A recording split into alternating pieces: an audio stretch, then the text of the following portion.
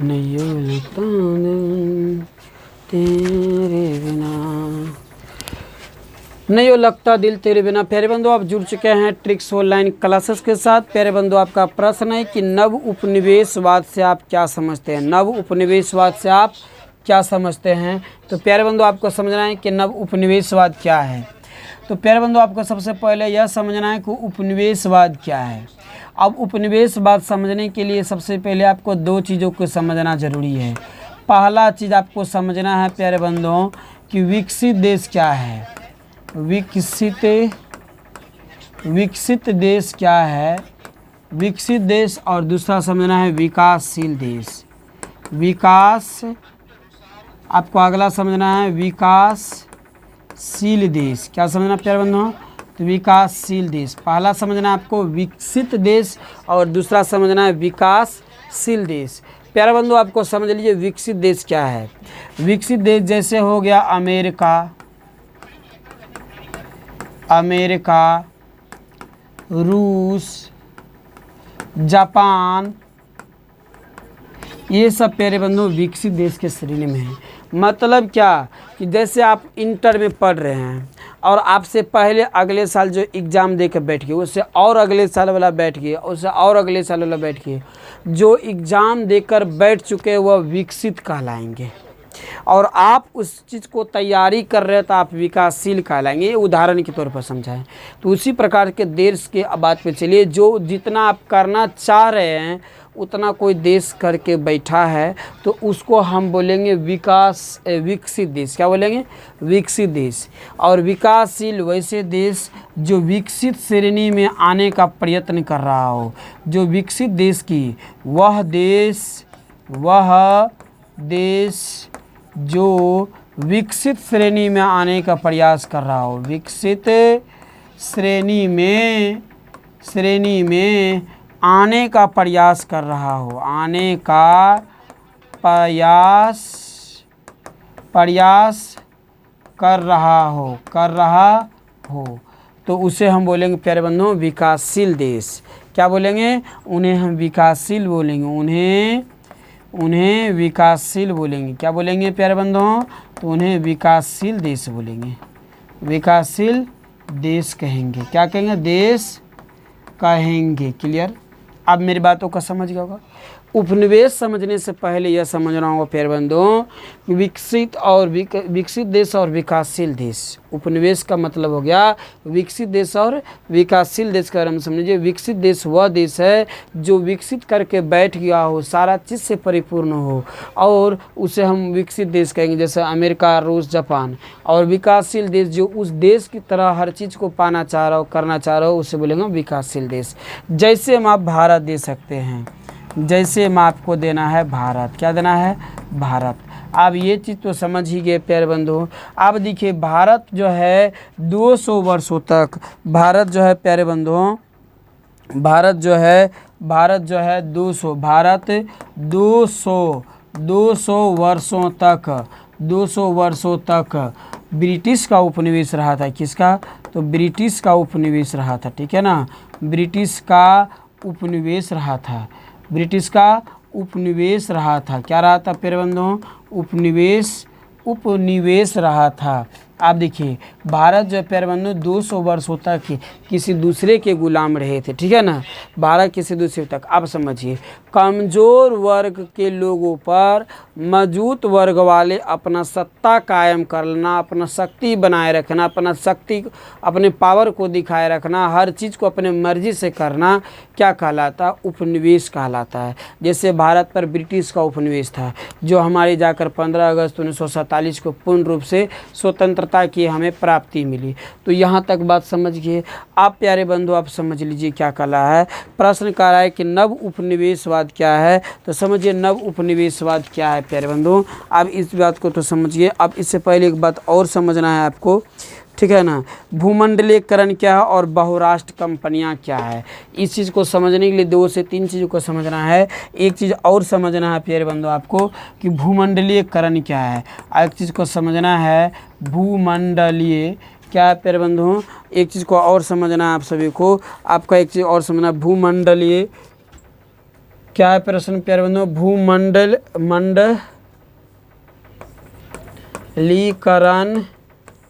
भूमंडलीकरण समझना है। क्या समझना प्यारे बंधुओं? अब भूमंडलीकरण क्या है? देखिए, भूमंडलीकरण का तात्पर्य है सामाजिक रूप से, आर्थिक रूप से,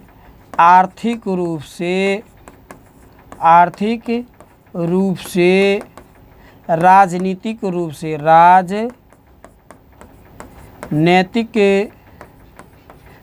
से, ठीक है, व्यापारिक रूप से, ठीक है ना, व्यापारिक रूप से, ठीक है ना, इतनी रूप से जो है, जब एक देश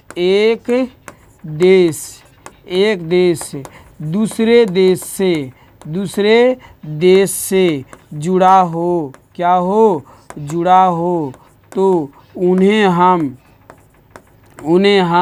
भूमंडलीयकरण कहेंगे। उन्हें हम क्या कहेंगे प्यारे बंधुओं? तो उन्हें हम भूमंडलीयकरण कहेंगे। उन्हें हम भूमंडलीय क्या कहेंगे प्यारे बंधुओं? भूमंडलीयकरण कहेंगे, याद रहेगा। क्या कहेंगे प्यारे बंधुओं? तो उन्हें हम भूमंडलीयकरण कहेंगे। अब जैसे मान लिया जाए कि भारत और जोड़ चीन, आज भारत और चीन के बीच जो व्यापार हो रहा है, यह जो जुड़ने की क्रिया है, यही जुड़ने को क्रिया को हम भूमंडलीकरण कहते हैं। अब देखिए, अब एक चीज़ में यह समझना होगा कि बहुराष्ट्र कंपनी क्या है। प्रश्न समझना है प्यारे बंधुओं, राष्ट्रीय कंपनी क्या है? प्रश्न है प्यारे बंधुओं, बहुराष्ट्रीय कंपनी क्या है? अब बहुराष्ट्र कंपनी क्या है?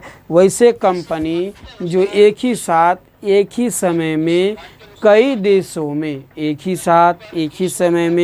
कई देशों में अपना कार्य को करता हो, बहुराष्ट्र कंपनियां कहलाती है। मतलब देखिए, जैसे कोई कंपनी कोको कोला, मतलब ठंडा जो पीते कोको कोला, हमारे देश में भी चल रहा है, चीन में भी चल रहा है, जापान में चल रहा है, भारत में भी, अमेरिका में भी चल रहा है। तो एक ही साथ कई देशों में ये काम कर रहा है, ऐसे कंपनी को बहुराष्ट्र कंपनी कहते हैं। और आज देखिए, नव उपनिवेशवाद की अवधारणा कैसे आई? नव उपनिवेशवाद का जो जन्म होने का मुख्य कारण है भूमंडलीकरण के कारण सामाजिक रूप से, आर्थिक रूप से, राजनीतिक रूप से, व्यापारिक रूप से एक देश दूसरे देश के साथ जुड़ रहे हैं। और यह जुड़ने की क्रिया को हम क्या कहते हैं? जुड़ रहे हैं। और जुड़ने के बाद क्या हो रहा है कि वहाँ पर बहुराष्ट्र कंपनी की स्थिति उत्पन्न हो रही है, यानी कि एक ही देश कई देशों के साथ अपना क्या कर रहे हैं? व्यवसाय कर रहे हैं, बिजनेस कर रहे हैं, कई देशों में वस्तु को नियंत्रण कर रहे हैं। और इस तरह से जो है जब कंपनी के माध्यम से, व्यापार के माध्यम से, व्यवसाय के माध्यम से जब कोई विकसित देश विकासशील देश पर अपना प्रभाव बना रहा हो या प्रभाव बना लिया हो, अपना शक्ति दिखा रहा हो, तो ऐसे प्रक्रिया को हम उपनिवेशवाद कहेंगे। ऐसे प्रक्रिया को क्या कहेंगे? उपनिवेशवाद कहेंगे। मतलब भूमंडलीकरण आया। भूमंडलीकरण सामाजिक रूप से, आर्थिक रूप से, राजनीतिक रूप से, व्यापारिक रूप से सभी देश एक दूसरे देश के साथ जुड़ने लगे, कनेक्टिंग होने लगे। और होने के कारण क्या हुआ कि एक देश से दूसरे देश, दूसरे से तीसरे देश में बहुराष्ट्र कंपनी आया। अब बहुराष्ट्र कंपनियां का मतलब हुआ कि जो एक देश, एक कंपनियां जो है कई देशों में एक ही साथ वस्तुओं को, व्यवसाय, वस्तु और बाजार को नियंत्रण करने लगा। ऐसा करने से क्या हो रहा है कि विकसित देश जो है विकासशील देश पर अपना प्रभाव जमा रहे हैं।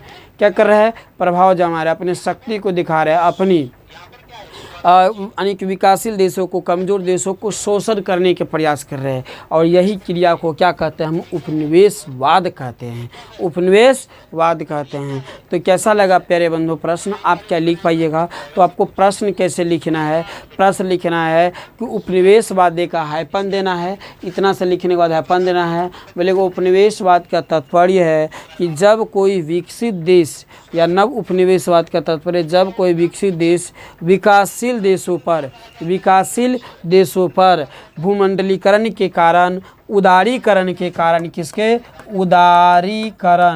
उदारीकरण, दोनों का परिभाषा एक ही होगा। भूमंडलीकरण के कारण या उदारीकरण के कारण एक दूसरे के साथ जुड़ाव कर रहा हो और एक दूसरे के साथ बहुराष्ट्रीय कंपनी को स्थापित कर रहा हो और उसके जरिए अर्थात कंपनियों के जरिए विकसित देश जो है विकासशील देश पर शोषण कर रहा हो, अपने प्रभुत्व को बना रहा हो, अपने शक्ति को बना रहा हो, ऐसे क्रिया को हम नव उपनिवेशवाद कहेंगे। तो प्यारे बंधुओं, आपको लिख लीजिएगा। आप फिर से यदि समझना चाहते हैं तो फिर से बैक करके समझ लीजिए। मिलते हैं प्यारे बंधुओं अगले वीडियो में। आज तक के लिए सभी को जय हिंद, जय भारत।